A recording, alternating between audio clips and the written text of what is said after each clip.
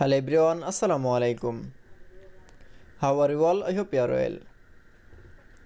Welcome back to my channel in this new video. Today's video, how to create circular text in Microsoft Publisher. So let's started. At first, open your Publisher document. In this video, I will show create circular text. Now going to the insert menu option. Our click.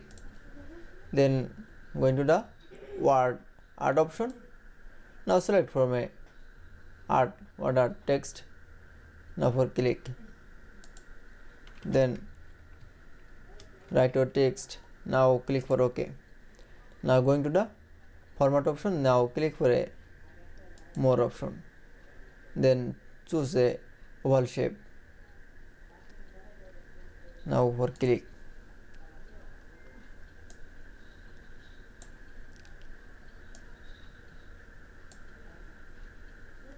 That is. Then you show create circular text in Publisher document is very easily. I hope to enjoy the video. Please like, comment, share and subscribe my channel. Thanks for watching.